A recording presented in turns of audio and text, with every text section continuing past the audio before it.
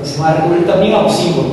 Símbolos materiales en unos casos, como decía antes, como los panteones, este panteón de los hombres precisamente ilustres o con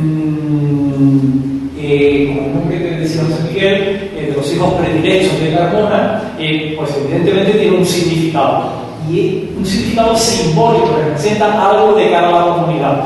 Pues bien, símbolos de sellos materiales, pero no solamente los panteones, las estatuas, o incluso otros símbolos que tienen ustedes de la misma indumentaria. Ahora hablaré de esto para referirme al republicanismo, pero la misma indumentaria da cuenta de qué es o quién lo lleva, quién lleva esos símbolos, esa indumentaria, qué es y qué representa. Un nuevo paréntesis, está la orden del día, o sea, ustedes perfectamente en los últimos años, colocarnos un lacito según el color que sea, determina la celebración, la conmemoración de lo que sea, si es rosa, si es rojo, pues eso es exactamente igual. Eso va a ser los republicanos desde mediados del 19 y los liberales lo habían hecho con anterioridad. Tener signos distintivos en la misma indumentaria, lo veremos, en fin. Y después también había otros símbolos que serían inmateriales, serían espirituales, y van a recurrir los republicanos, ya digo, los anarquistas o socialistas. Y en este caso concreto me refiero a símbolos que definían básicamente, o elementos que definían básicamente lo que podríamos llamar los valores, las virtudes. El republicanismo iba a ser suyo una serie de valores, una serie de virtudes, con otra corriente de acción. El republicanismo en particular, una determinada, pues esos comportamientos que iban a tener precisamente los republicanos iban a servir también como algo simbólico, como algo que la comunidad debía aprender para precisamente hacer suyos los valores republicanos. Por ejemplo, le apunto nada más, cuando los republicanos y los socialistas los anarquistas a finales del 19, a principios del 20, en la Segunda República, en lugar de llevar a sus hijos a bautizar en la iglesia y la tira bautismal, pasaban directamente al registro civil y le ponían de nombre fraternidad o solidaridad, era precisamente un comportamiento que denotaba unos valores determinados. Esos son también algo simbólico, no símbolos inmateriales, como yo les decía, ¿de acuerdo? Muy bien, básicamente de esto es de lo que quería hablar, como yo les decía.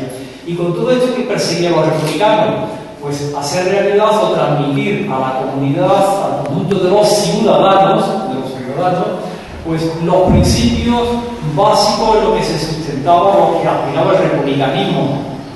Unos principios que eran, podríamos decir, la cara opuesta de lo que encarnaba la monarquía. Nuevo paréntesis, si me permiten ustedes, que se me va a ir la sala con paréntesis, pero no, vamos a ver, hoy en el año 2010 tenemos una monarquía representativa, parlamentaria y una constitución que garantiza básicamente todos los derechos, todas las libertades que proclamaban y aspiraban y con las que abogaban los republicanos en el 19 y el 20. Pero vamos a ir más hacia atrás, no es lo mismo el año 2010 que el año 1910 o el año 1870. ¿Qué representaba la monarquía en aquellos años? Sobre todo a los ojos de la mayoría de la sociedad, estaba excluido de la vida política. Privilegios de todo tipo, absolutismo, eso era lo que representaba la monarquía. Por tanto, los principios republicanos lo que aspiraban era hacer realidad algo distinto, era lo que podríamos llamar, lo que pasa es que de una manera un poco grandilocuente, la antítesis, es decir, la cara opuesta de la misma moneda, frente a privilegios, frente a sufragios censitarios, frente al despotismo. Los republicanos, los socialistas anarquistas, reivindicaban, o los liberales radicales, o los demócratas, reivindicaban el sufragio universal, el non voto, la igualdad ante la ley, libertad de expresión, libertad de reunión. No sé si esto queda claro. ¿Cómo era precisamente o cómo se pretendía lograr esto? Fue a través de esos discursos lingüísticos, como yo decía, o discursos simbólicos, ¿de acuerdo? Este es básicamente, digo por no estar repitiéndome completamente, básicamente el objetivo, la función que va a desempeñar los símbolos, como yo les decía. Y con ese objetivo de llegar a los ciudadanos, y transmitirles su ideario, los republicanos, desde el año 40-50, no.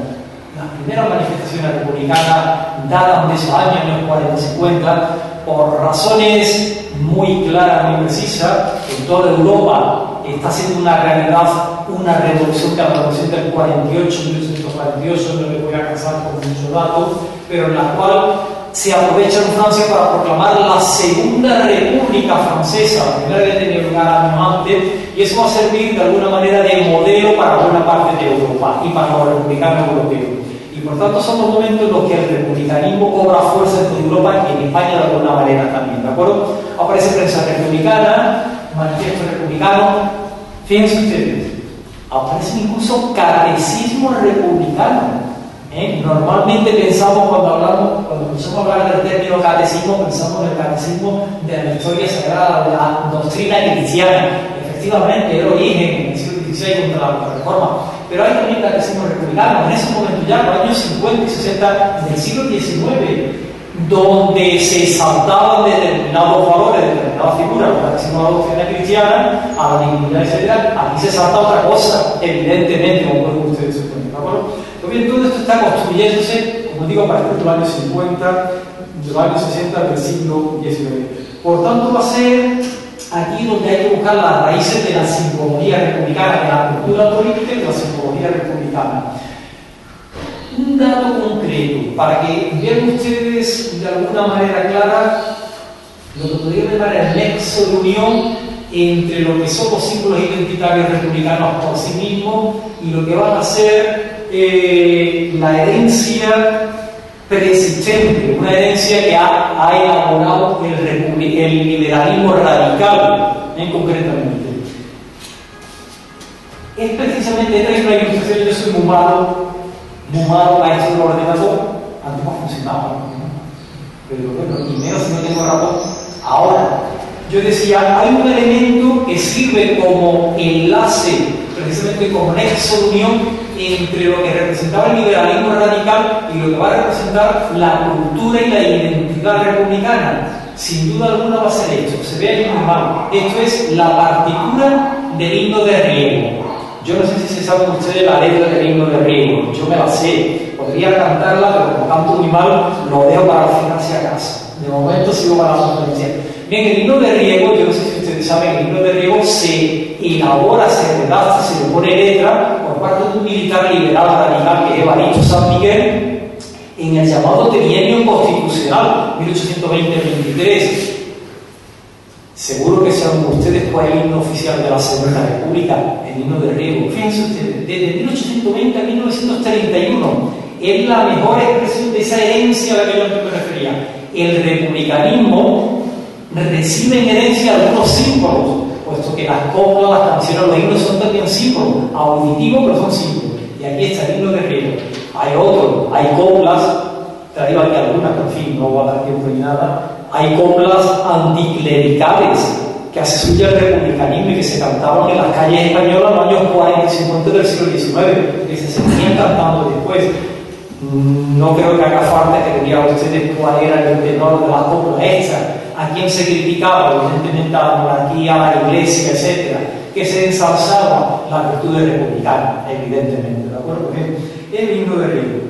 Y a partir de entonces, pues se va a ir construyendo esa cultura republicana y se van a ir incorporando nuevos símbolos concretamente. Algunos de estos nuevos símbolos que se van a ir incorporando, algunos con herencia también ilustrada, son nuevos, pues son precisamente las escarapelas. Es una escarapela. Las escarapelas aparecen también en el trienio constitucional. Y yo no sé si saben ustedes, ahora que cuando hay manifestaciones, la última en favor del juez Garzón, y que a algunos les parece que atentan contra la democracia, no voy a decir lo que me parece, en fin, se veían banderas republicanas. ¿Saben ustedes cuáles son los colores de la bandera republicana? En el siglo XIX no estaba clara. Los republicanos van a enarbolar banderas rojas, muchas banderas rojas, todas las clases obreras republicanas. Clase obrera, la bandera roja era un símbolo. Antes de la Revolución Soviética antes que la Revolución Soviética había comunistas. Que nadie piense que los comunistas se agotaban igual que los socialistas no se agotaban con el PSOE, o no se agotaban, o con la socialdemocracia. Había socialistas desde finales del 18, principios del 19. La escarapela es un símbolo identitario, pero eso que van a hacer suyo los republicanos. Llevaban la escarapela y se le identificaban.